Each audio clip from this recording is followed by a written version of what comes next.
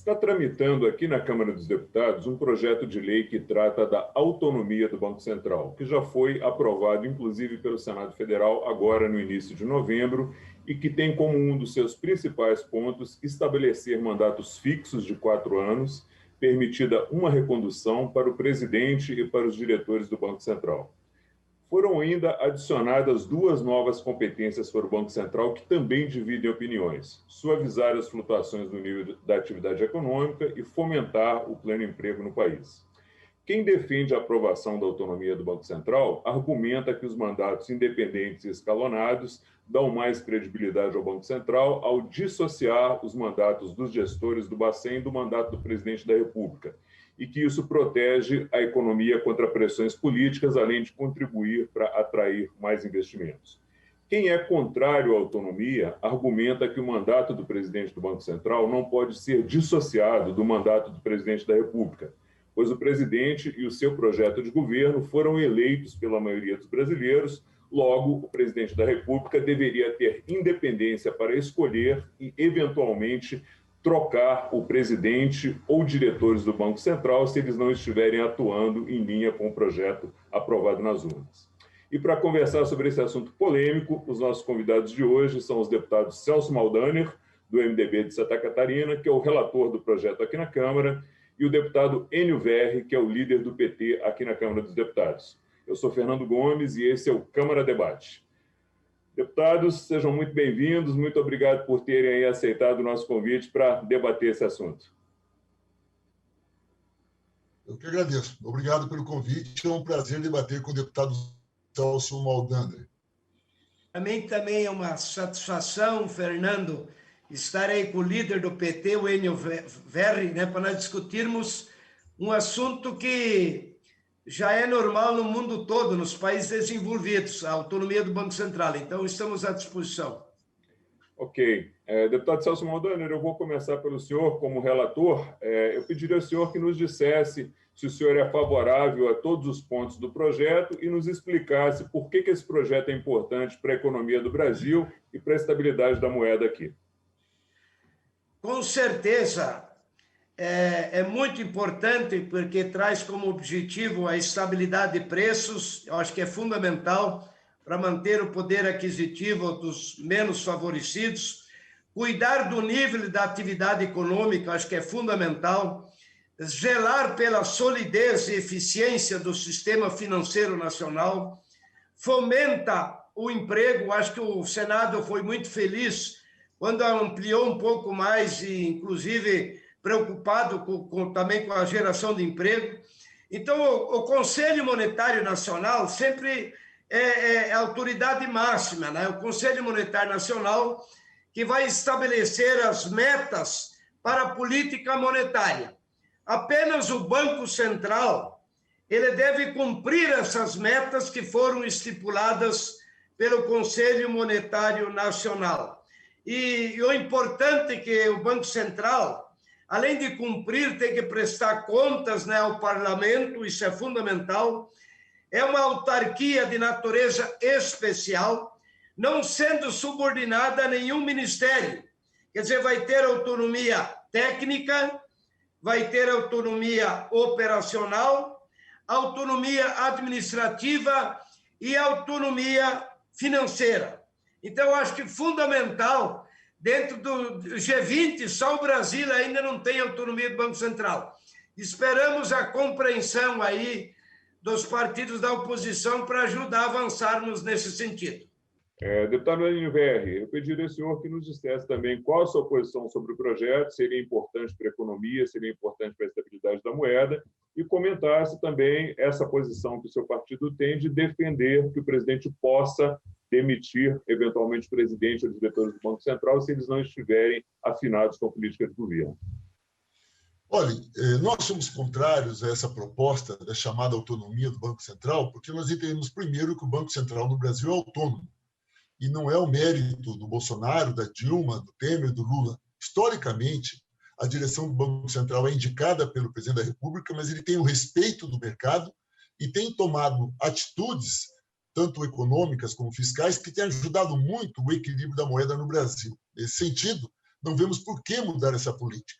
a respeito do mercado. Não é indicando alguém com mandato que a moeda será mais valorizada ou desvalorizada. O que garante a variação da moeda num país como o nosso, onde a taxa de câmbio é livre, são as oscilações do mercado e os riscos políticos da própria economia. O dólar hoje está muito alto, porque o presidente da República ele causa riscos à economia. Poderia ser mais baixo se tivesse uma outra relação. Esse é o primeiro ponto. Portanto, historicamente, não há motivo nenhum para se fazer isso. Segundo, mesmo com essa seriedade em que temos dirigido o Banco Central na economia brasileira, com o presidente da República indicando o respectivo presidente e diretores, mesmo assim, o mercado especulativo, o mercado financeiro, influencia muito as decisões do Banco Central e mesmo o Copom, na medida que o debate no Copom e no Banco Central sobre taxa de juros passa sempre pelo Boletim Focus. E o Boletim Focus nada mais é do que uma consulta ao mercado especulativo para saber como o mercado está vendo a evolução da taxa de juros, a perspectiva futura e, consequentemente, eles determinam a taxa. Imagine se hoje o mercado já tem uma influência, como um presidente da República, que é de origem do mercado financeiro e atende os interesses desse mesmo mercado com um mandato definido, pode ser um grande prejuízo à nação brasileira. Portanto, nós estamos colocando aí a raposa para cuidar do galinheiro. Não é porque outros países desenvolvem essa política que no Brasil precisa ser desenvolvido. É importante colocar que vamos muito bem dessa maneira. Nós estamos mandando uma mensagem ao mercado que não precisa ser mandada. Nós não temos nenhum risco de moeda, não é quem dirige o Banco Central que está reduzindo o número de vagas no Brasil e não é quem dirige o Banco Central que está assustando o investimento direto estrangeiro, chamado IB, que é fundamental para a economia brasileira. E, por fim, eu entendo, sim, que se há alguma mudança a ser feita no Banco Central, e aí eu concordo plenamente com o deputado Celso Maldaner, é ampliar o papel do Banco Central, como é feito em outros países. Que ele preocupe-se com a inflação, com a taxa de juros, mas também preocupe-se com o emprego. Porque, na verdade, hoje, o governo, quando ele vê qualquer perspectiva de recessão, ele apenas sobe ou abaixa a taxa de juros, sem preocupar-se que, ao subir a taxa de juros, ele reduz o emprego no país.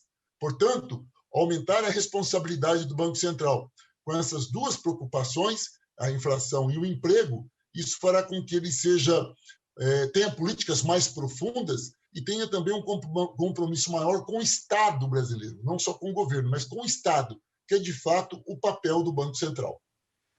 Okay.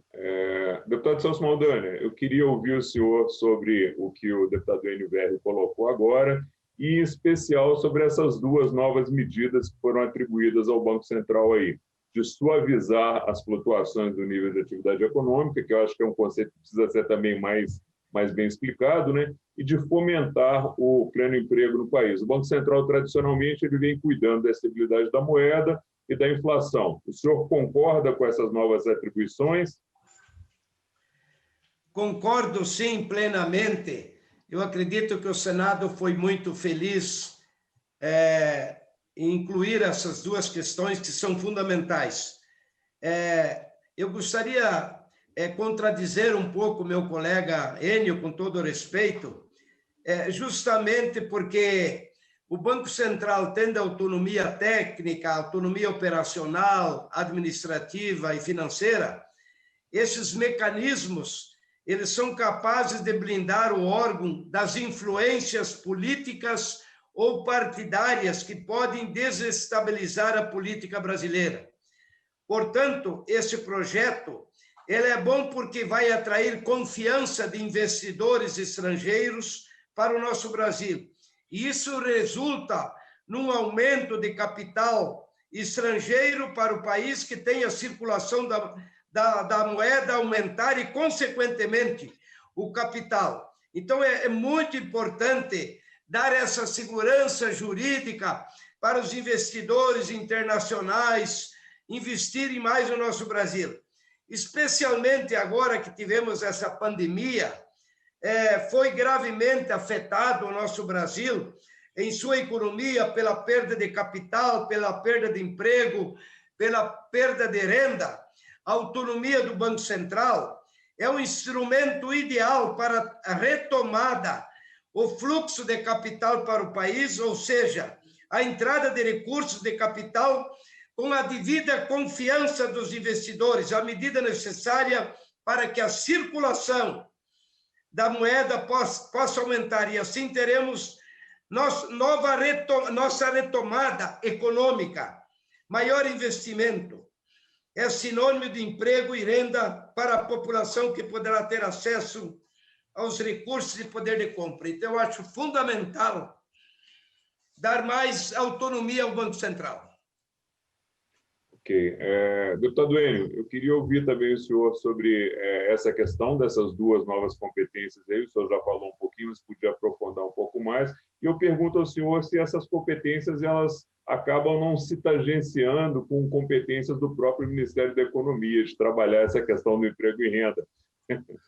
Fernando, eu quero primeiro dizer ao nobre deputado Celso Maldanha que, se você fizer uma análise da atração do investimento direto estrangeiro, que é o investimento produtivo à economia brasileira, ele é o relator, deve ter essas informações, nós tivemos na nossa economia momentos importantes de entrada de grandes recursos e momento de afastamento dos recursos. Nunca, vou repetir, nunca foi a entrada do investimento direto estrangeiro ou a saída dele por conta de não termos autonomia do Banco Central, porque para o resto do mundo, a compreensão deles é que o nosso Banco Central tem autonomia, não é porque é indicado pelo presidente. Se você pegar, por exemplo, o período do Fernando Henrique Cardoso, que foi um período que cresceu muito o investimento direto estrangeiro, por que foi? Foi por conta das privatizações? Não, está provado na história que foi por conta da abertura da economia que ele fez e houve um processo de concentração, principalmente de bancos, supermercados, esse setor, onde o capital estrangeiro produtivo veio aqui e comprou as empresas, porque era bom para eles. No governo Lula, houve uma entrada gigantesca de investimento estrangeiro, e também na Dilma, porque o mercado consumidor cresceu, aqueceu, aumentou a demanda, e essas empresas vieram para comprar ou abrir novas empresas aqui no Brasil, e com isso ficaram aqui. Elas saíram do Brasil no governo Temer, porque a questão do golpe não ficou bem explicada. Se você pegar os dados, há uma queda do investimento estrangeiro. E agora, no governo Bolsonaro, eu só posso analisar o primeiro ano. Eu concordo com o deputado Celso Maldanha, é injusto analisar o comportamento do investimento direto estrangeiro no período de pandemia. Nesse sentido, eu tenho que concordar com ele que temos que nos preocupar com isso. Mas, o primeiro ano, o investimento direto estrangeiro brasileiro fugiu do Brasil porque não confiava na política econômica feita por Paulo Guedes e também por Bolsonaro, porque Paulo Guedes trabalha muito com a lógica do mercado especulativo. E o investimento direto estrangeiro, como diz o nome, é um investimento produtivo.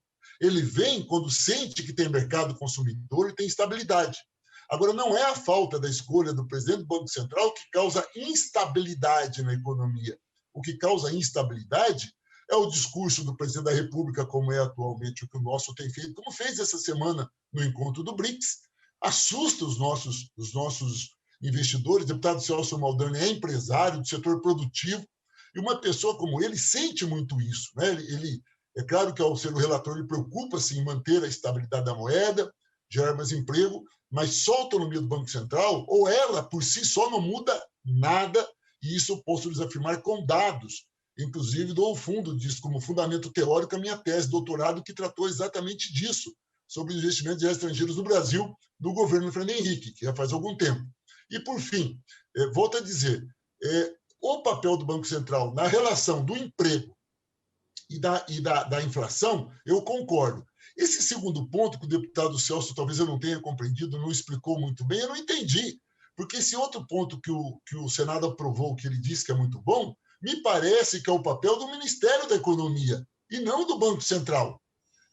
O Banco Central ter a responsabilidade com o emprego quer dizer o seguinte: não aumente muito os juros, porque se você aumentar os juros, não tem crédito, não tem emprego. Então, uma coisa está relacionada com a outra, é uma gangorra. Portanto, tem lógica.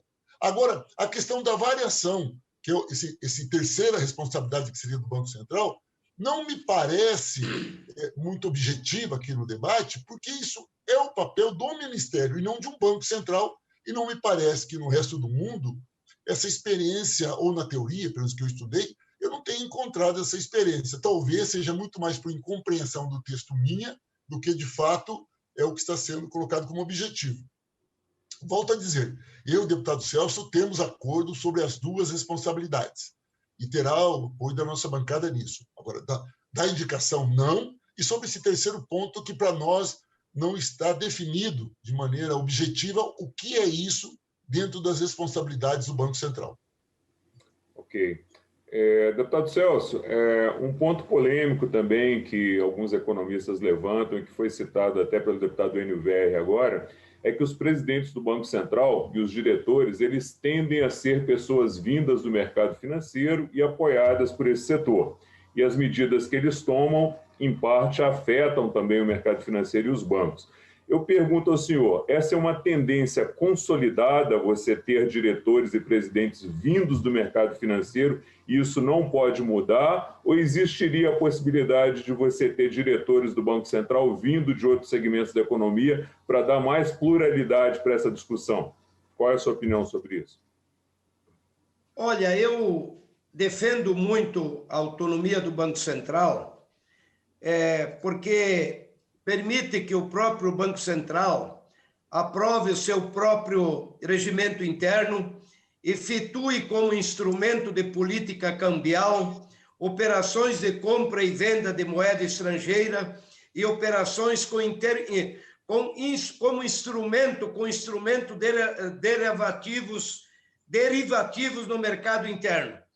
Por exemplo, os depósitos voluntários à vista ou a prazo das instituições financeiras, ou seja, dá ao Banco Central maior controle sobre o dinheiro em circulação sem que haja emissão de títulos e, consequentemente, aumento significativo da dívida pública.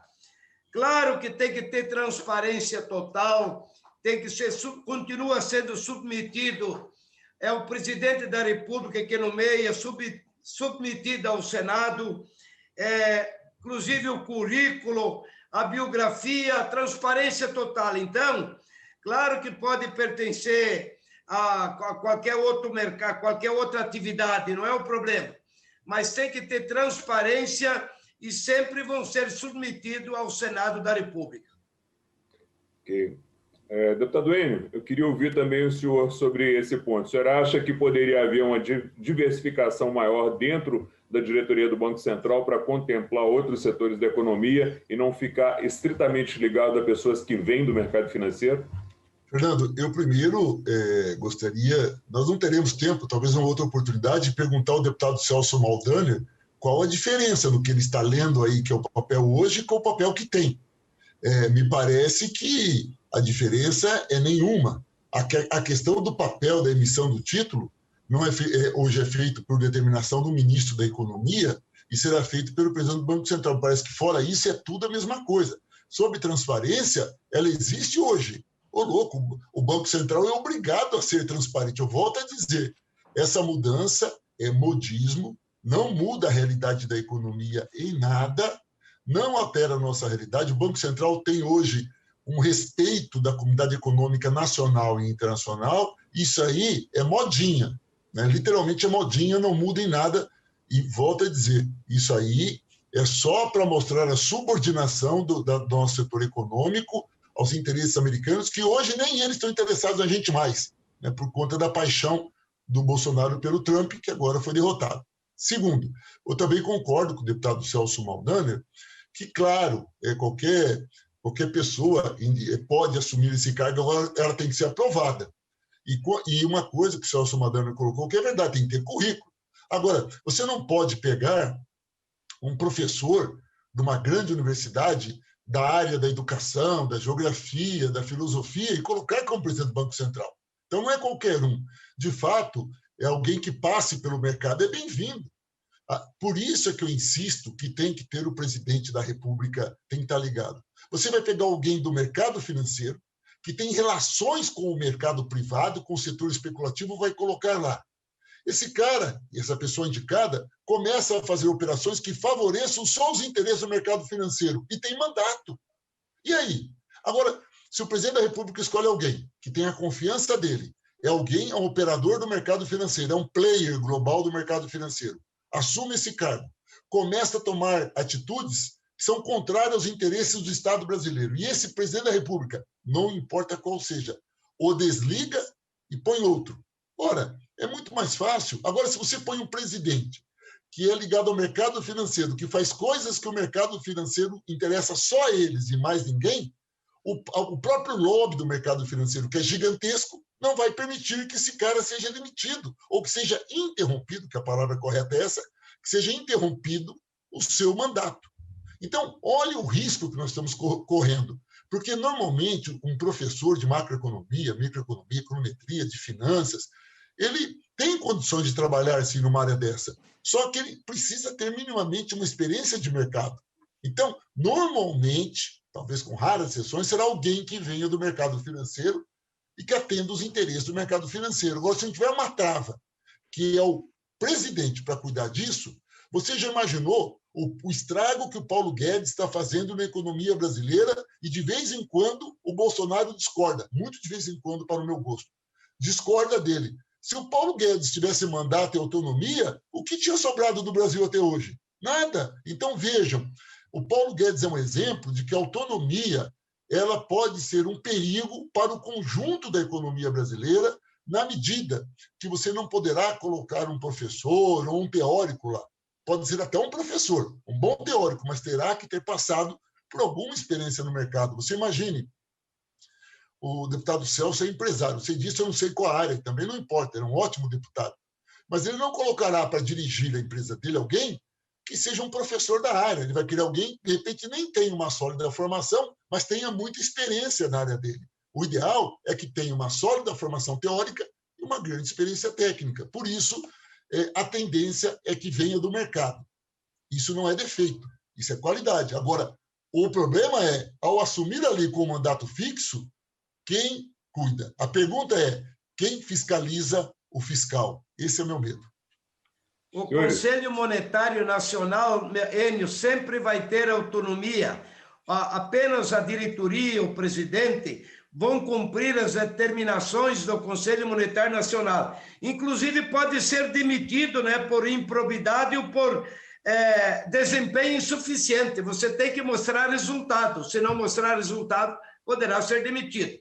Agora, a autonomia é muito importante para dar segurança ao mercado, aos investidores e do G20. Todos têm autonomia. Então, eu acho que o Brasil já está mais de 3 décadas atrasado quanto à autonomia do Banco Central. Eu acho que essa segurança é fundamental para não ter intervenções partidárias. Senhores, me desculpem, o assunto não acabou, a gente poderia fazer uma outra rodada completa aqui, mas o nosso tempo, infelizmente, acabou. Eu agradeço muito aí ao deputado Celso Maldaner pela participação, agradeço muito ao deputado Enio Verri, e eu espero que a gente volte aqui em breve para continuar esse debate. Um abraço. Com certeza, muito obrigado. Obrigado. A você que nos acompanha, muito obrigado pela audiência. Eu sou Fernando Gomes e a gente se vê em uma próxima edição do Câmara Debate. Obrigado.